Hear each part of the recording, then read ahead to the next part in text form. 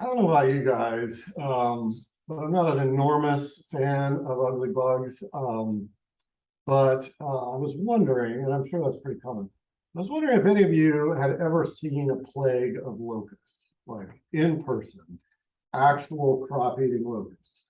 Yes, You have? yes. This was in Saskatchewan, and they were coming from the west, and they were eating everything in sight. Yeah, it's pretty intimidating, right? It's pretty scary, you know. But I have seen one. Our cats thought they were great though, because They're probably pretty tasty, yeah, and fun to catch. But I've seen the plague of Anthrus simplex, which is a bug also known as a Mormon cricket. Now, if you're trying to imagine a Mormon cricket, do not think about the cricket in Times Square kind of cricket, cute little cricket, talking cricket, something nice like that. These are giant mutant ninja crickets. They're huge, they're goggly eyed, they've got stripes on them, they've got appendages, they're horrible looking. And when they do swarm, they will be in the tens of thousands, covering the landscape. In fact, I remember driving through Utah one time, and they just covered the road for miles. So I was just like crunch, crunch, crunch, crunch, crunch, going down the road on top of the cricket. They are voracious, and they will eat crops. So in 1848, right after the Mormon settlers got to the Salt Lake Valley, and into the next year, just as the plants were springing up that they had planted the previous fall, a plague, a swarm of locusts descended upon them, not locusts, these Mormon crickets, and were starting to eat the crops. And this was really a pretty terrifying thing, because this could have been their whole harvest. They could have been it. They were looking down the barrel of scarcity and want and hunger and fear. Now, fortunately, a abundant crop of seagulls. There are seagulls on the Great Salt Lake, and they descended upon the crickets and ate them all and saved the settlers, and our seagulls are revered to this day in Utah. But again, until that moment, those locusts were a serious threat of scarcity of want. When we think of scarcity, the flip side of scarcity is abundance. And abundance and scarcity are actually more than just a quantity. Abundance and scarcity are feelings as well. When you look around and you feel there's an abundance, you have an abundance of whatever it is, resources, things like that, then you feel more generous, and you feel more courageous, and you feel like you can take risks, and you can help other people because all is going well. You have what you need, and you feel content. If you feel scarce, if you feel there's scarcity, then you have a tendency to close in on yourself, to try to protect yourself. You are afraid and risk averse and really cautious, and definitely it's very hard to be generous then, because you're operating under self-preservation mode. So abundance and scarcity are feelings as much as they're a quantity. But the thing is, abundance and scarcity are also philosophical concepts. So if you think of Jean-Jacques Rousseau and Thomas Hobbes, so philosophers of society, and why do we have a society, and why do we agree to have leaders, et cetera, they both start their arguments from the position of what they call the state of nature, which is sort of prior to agriculture, which is a human invention. And they see this state of nature very differently. For Rousseau, the state of nature is abundant. There was plenty of food for all the humans, and we just went around and gathered it, and everybody was happy, and it was basically a Garden of Eden. Hobbes has a completely different view. For Hobbes, resources are scarce, You had to fight over them. And as he put it, life back then was, quote, nasty, brutish, and short, or also a war of all against all. Now, the thing is, neither Rousseau nor Hobbes had any clue what pre-agricultural life was like for humans. In fact, there were humans who led non-agricultural lives back at the time of Rousseau and Hobbes.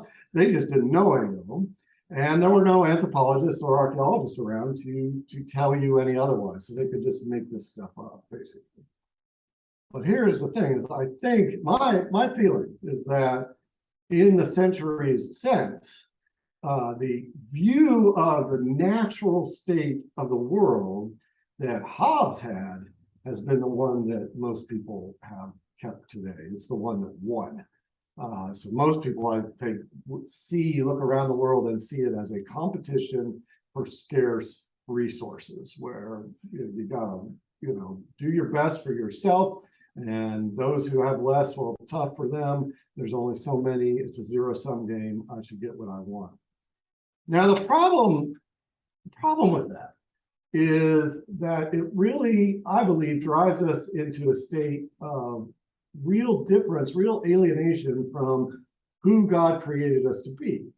Because the Hobbesian view makes you think that we are made to be in competition. And the late stage capitalism definitely supports that idea. We are meant to be, that's natural to be in competition. It's a good thing, right?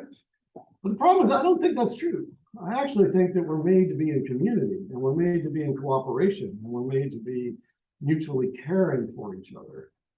Again, all of those things are easy to do if you feel there is abundance in the world, but they're very hard to do if all you see is scarcity.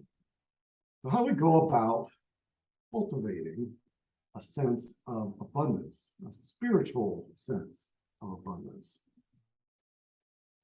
I had Rev Ed put in Joel as a first lesson because I actually think that this book, even though it opens with scarcity, not this passage, but the book opens with scarcity, it's actually a well-developed theology of abundance. So chapters 1 and 2 of Joel, which we don't have here, but everything up to this point, opens in a real dramatic way because the prophet Joel is predicting a plague of locusts. So he's saying they're coming, just like you hear the reference here, swarming locusts, hopper, destroyer, cutter. He uses language like, wail, you farmers, and be terrified, you growers of grain and vine dressers, because it's all going to be wiped out. And it goes on for pages in most Bibles, and it's really, no doubt about it, a very scary kind of opening. Now, we don't know exactly when the book of Joel was written. It doesn't have a huge number of eternal references, but I think a good argument can be made that it was written when Cyrus of Persia, the emperor of Persia, conquered the Babylonians, who had previously conquered Israel and Judah and hauled off about half the population to live in exile in Babylon. So you have Babylon conquers Israel and Judah, Persia conquers Babylon. And here's the interesting thing. Cyrus, the emperor of Persia, says that the Israelite exiles can return home. They can go back to Jerusalem and they can rebuild their temple. So it's interesting that that's kind of the background to Joel writing this very scary prediction of a locust plague. I find it odd because they probably would have been feeling like things were kind of getting back to normal, that there might even be an abundance. Another curious thing about the book is that while Joel, like every ancient prophet, attributed every single thing that happens in the world to God, so the locust plagues that he's talking about, he completely says God's going to send the locusts. The locusts are coming because God wants them to go, but he never says what the people did to deserve the locusts. He never says what their sin was. That's actually that's unique for prophets. They always tell you exactly what you did wrong, and then this is what's going to happen. So he doesn't say that. It makes me wonder a little bit if he was really writing at the time of the plague, or the plague had happened a little bit beforehand, or if simply he knew that locusts swarm every 6, 7, 10, 15 years, depending on the species, right? So you're going to get them. And so he was speaking to that and the terror that it would raise. But what is really interesting in the midst of all of that, in the midst of his conviction that this is going to happen, probably they've seen it before, Joel talks about abundance, right? He says, in fact, this isn't going to be the end. The threshing floors shall be full of grain. God is going to pour down for you abundant rain, abundant rain. You will be paid back, and you will live in joy and creativity. You will have dreams and you will have visions, and the world will reflect abundance. Because actually, I believe that that is how God has created the world. He has created a world that is abundant. Now, not everybody sees all that abundance all the time. Many people do not. But that's within our realm to fix. That's not a factor of the world. That's not a limitation of the world. Because the world is made with abundance. Look at this. Look at the psalm, that mentioning you visit the earth and water it abundantly. You make it plenteous. You drench the furrows. You crown the year with goodness. So these are theological statements. They are statements about how we believe the world is actually made. And you try to live into these statements, I think, by both, sort of the theological understanding, but also by, to quote another philosopher, Kierkegaard, a leap of faith. You basically looking around, I don't know, actually, times like this when the trees have turned lots of colors, and if you're like most folks around here, we're not terribly worried about where our next meal is going to come from because it's coming from the kitchen over there. It's easy to feel like the world's abundant. But in most of our lives, we're actually going to kind of tack between abundance and scarcity, or we'll have a scarce period in our life. I mean, I don't know about you guys, but when I was in both college and grad school, it was kind of a scarce period, there was an abundance of other things, an abundance of friendship, an abundance of learning, an abundance of interesting things. For me, the library was a place of abundance, just full of all these books. It was great. But definitely it was a place of scarcity of money. But, I got through it. So we tack between these. But what we want is to live a life that reflects a belief that the world is abundant.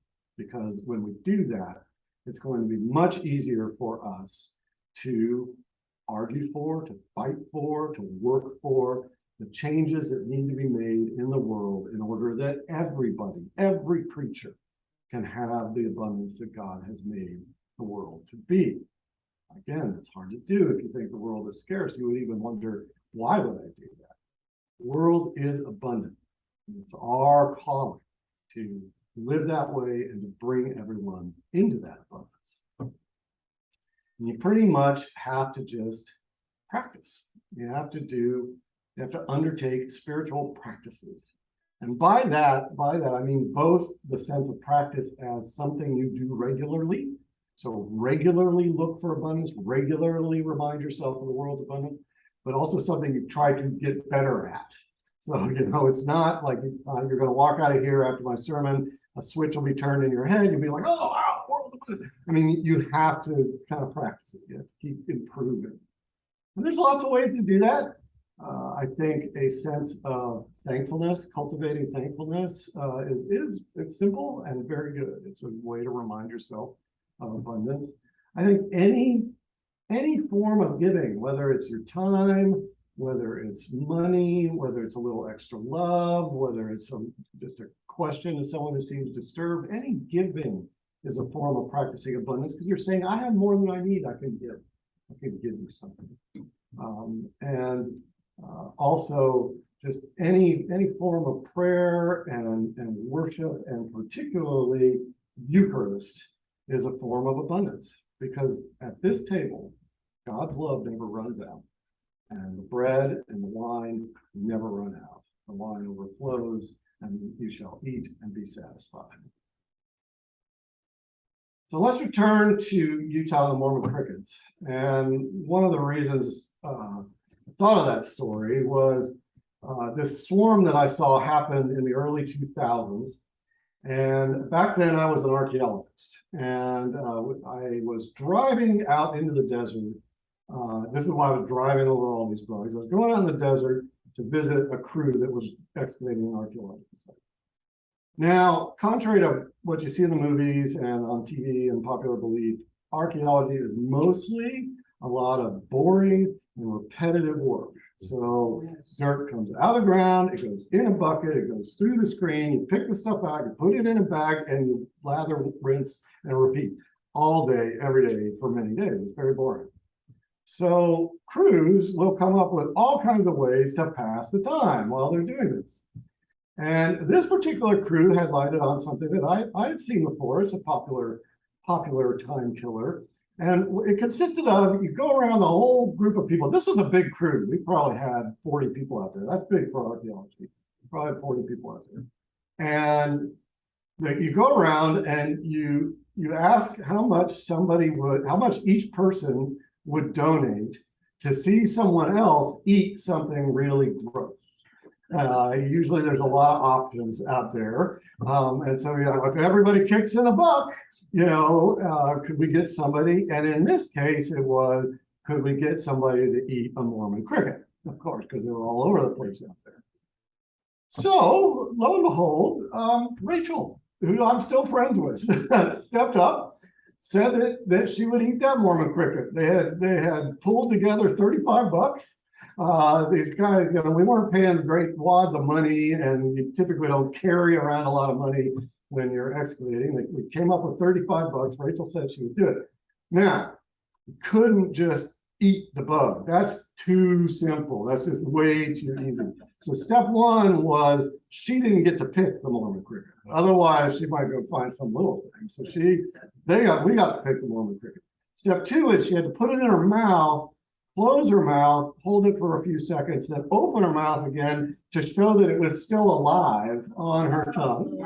Because just, biting it down and swallowing it, anybody can do that. And then she had to close her mouth again, chew very slowly. Ideally, you could hear the crunching, and then swallow very visibly. You couldn't do any trickery to spit anything out and swallow. And Rachel ate that entire Mormon cricket as instructed, with no problems, and collected her 35 bucks. And that, my brothers and sisters, is practicing abundance. And you have a crew that does not have very much in their pockets, but they realize that even though I might not have much in my bank account or much in my pockets, I could spare a buck to watch somebody eat something gross. That's abundance. That's realizing you have more than you need. You have one less Mormon cricket in the world, and you got way more than 35 bucks worth of entertainment. That was definitely worth it. It brought joy, it brought goofiness, and it brought a new sense of life, and it was invigorating and spirit-filled. And what about for the person for whom there wasn't no joy of watching that? Oh, this was mutually agreed. Nobody it was always mutually agreed. I mean, that was part of the thing, is you had to spend like 15 minutes working out like all of the parameters. So anyway, practice abundance at all times, a little bit of freedom, of risk-taking, of goofiness, and of joy. Amen.